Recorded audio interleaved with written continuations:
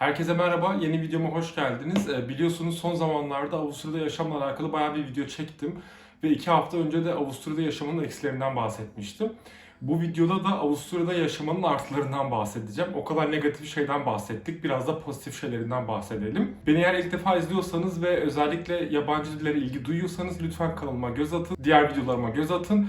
Ve Avusturya'da yaşamla ilgileniyorsanız burada yaşamla alakalı bayağı bir video çekmiştim. Hepsinin linkini aşağıya bırakacağım. Onlara göz atmayı unutmayın. Hatta önce o videolara bakıp daha sonra bu videoya geri gelebilirsiniz. Evet, Avusturya'da yaşamanın artılarından bahsetmek istediğim ilk nokta aslında Avusturya'nın konumu. Bildiğiniz gibi Avusturya Avrupa kıtasında bulunuyor. Yani Orta Avrupa'nın bittiği ya da başladığı yerde bulunuyor diyebiliriz ve başkenti Viyana. Ve Avusturya Türkiye'den sadece 2 saat uzaklıkta. Yani Türkiye derken İstanbul'dan veya İzmir'den bahsediyorum. Direkt uçuşlar var. Hatta İzmir'e de direkt uçabiliyorsunuz. İstanbul'a da yaklaşık 2 saat sürüyor. Bunu neden söyledim? Yani yurt dışında yaşayan biri olarak Avusturya'nın Türkiye'den çok uzak olmadığını dile getirmek istiyorum.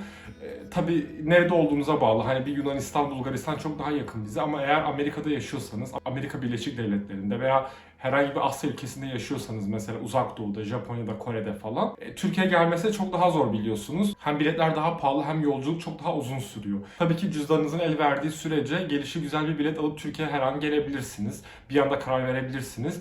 Çünkü çok uzak değil. Sadece 2 saat sürüyor ve biletler de diğer ülkelere kıyasla yani diğer Batı Avrupa'ya göre, Amerika kıtasındaki ülkelere göre veya Asya'daki ülkelere göre çok daha uygun. Bir diğer nokta Viyana'nın ve Avusturya'nın yaşam kalitesi gerçekten çok yüksek. Biliyorsunuz her sene bu liste yayınlarla dünyada yaşam kalitesi en yüksek şehirler sıralaması ve Viyana her zaman birinci sırada. Yani yaklaşık 15-16 yıldır birinci veya ikinci sırada olduğunu görmüşsünüzdür belki. Tabi burada şöyle bir nokta var. Yani yaşam kalitesi tabii kişiden kişiye göre değişebilir. Sizin hayat bakış açınıza göre değişebilir. Perspektifinize göre, baktığınız noktaya göre değişebilir. Ama burada tabii ki de belli başlı kriterler göz önüne alınıyor. Ülkenin güvenliği, şehrin güvenliği, altyapısı, ulaşım, sağlık hizmetleri. Bu noktalar göz önüne alındığında Viyana gerçekten bulunduğu yeri hak ediyor diyebiliriz. Viyana gerçekten çok güvenli bir şehir. Özellikle diğer Avrupa şehirleriyle kıyaslarsanız yani bir Paris'le, Berlin'le veya Londra'yla kıyasladığınızda çok daha güvenli bir şehir. Yani Türkiye'yle de kıyaslayabiliriz. Viyana gerçekten bu anlamda çok daha yaşanılası bir şehir. Yani tabii ki de olaylar oluyor, hırsızlık ya da ne bileyim hani bazı olaylar tabii ki de yaşanıyor.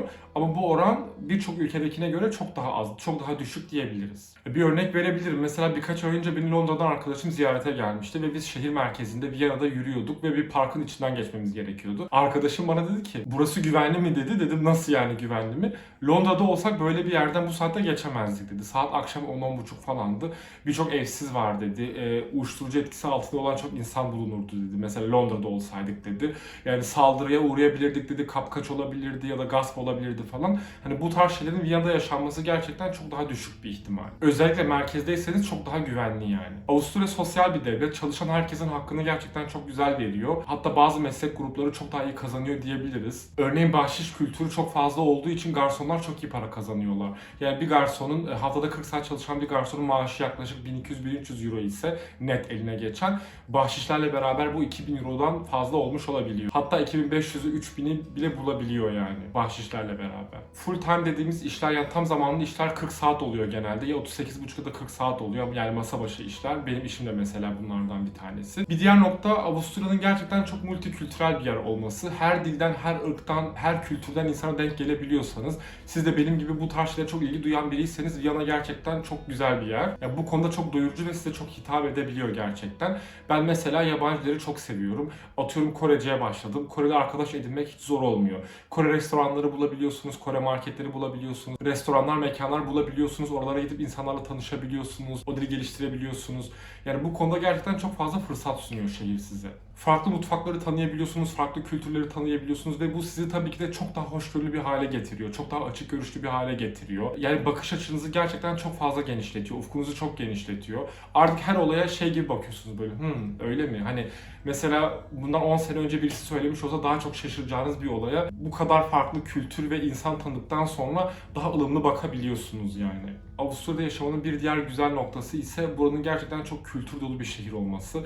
Eğer mesela sanata, kültüre ilgi duyuyorsanız gerçekten Viyana bu konuda çok doyurucu bir şehir. Kültür, sanat adına çok fazla şey var. Birçok müzesi var. Klasik müzik konserleri neredeyse her gün bulabiliyorsunuz. Opera gösterileri bulabiliyorsunuz. Solo piyano gösterileri bulabiliyorsunuz. Ve bildiğiniz gibi Viyana klasik müziğin başkentlerinden bir tanesi. Bu konuda da gerçekten çok hitap ediyor ve çok doyurucu diyebiliriz. Bir diğer nokta, Viyana aslında 2 milyon, yaklaşık 2 milyon nüfus barındırmasına rağmen daha sessiz, sakin bir şehir. Benim mesela İstanbul'dan arkadaşlarım Viyana'ya geldiğinde merkezde bir kafede oturuyorduk ve arkadaşım dedi ki biz şu an merkezde miyiz dedi. Çok şaşırmıştı çünkü ona çok sessiz gelmişti. Tabii Viyana'yı İstanbul'la kıyaslamak ne kadar doğru? Bu da tartışılır. Yani çok çok küçük. Yani İstanbul'la kıyaslayamazsınız bile. Ama genel olarak hani bu ülkenin bir başkenti olduğunu düşünün ve çok kalabalık, yani ülkenin en kalabalık şehri olduğunu göz önüne aldığınızda ona rağmen daha sessiz, sakin bir şehir diyebiliriz. Ha bu tabii size biraz sıkıcı da gelebilir. Nereden geldiğinizle alakalı. Daha önceki videomda bahsetmiştim sanırım. Genel olarak kafa dinleyebileceğiniz bir yer yani. Viyana çok temiz, düzenli bir şehir. Az önce de bahsettiğim gibi yaşam kalitesi en yüksek şehirlerden bir tanesi seçildi. Hatta en yüksek şehir seçildi.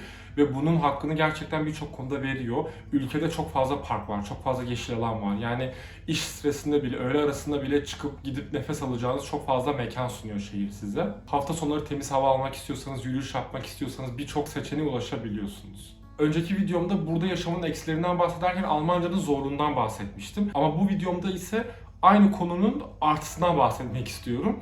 Almanca, yani Avusturya'nın resmi dili Almanca biliyorsunuz ve birçok eğitim kurumu, yani üniversitelerde çok büyük çoğunluk zaten Almanca bölümler. Ama şöyle bir artısı var, Almanca Avrupa'daki en büyük dil aslında. Konuşan kişi sayısı çok fazla ve bu çok işinize yarayacağı manasına geliyor. Yani Avusturya'nın resmi dili, Almanya'nın resmi dili, İsviçre'nin resmi dili, yaklaşık %65'lik bir kısmı, yani ülkenin %65'i Almanca konuşuyor. Hatta Belçika'da Almanca konuşan küçük bir kesim bile var. Hatta İtalya'nın kuzey bölgesinde de bir eyalet, yani bir province denilen bir eyalet de Almanca konuşuyor. Yani Almanca öğrendiğinizde birçok kapı ve birçok iş olanağı açılmış oluyor tabii ki de. Bunu da avantajlara sayabiliriz. Özellikle teknik alanda bir şey yapıyorsanız, mühendislik gibi. Evet, aklıma gelen pozitif noktalar bunlar. Eklemek istedikleriniz varsa lütfen yorumlarda belirtin. Herhangi bir sorunuz varsa bana mesaj atıp sorabilirsiniz. Bazı mesajlar alıyorum. Daha spesifik sorulara maalesef cevap veremiyorum. Mesela yani 1600 euro ile sence burada geçinir miyim gibi soru geliyor mesela. Buna maalesef net bir şey söyleyemiyorum. Ve evlenip gelmek isteyenler oluyor. Bu tarz evrak işleri hakkında gerçekten bir bilgim yok. Çünkü ben bu yolu izlememiştim. Ama genel hatlarıyla sorularınız varsa burada yaşamla alakalı seve seve cevap vermeye çalışacağım. Umarım beğenmişsinizdir. Bir sonraki videomda görüşmek üzere.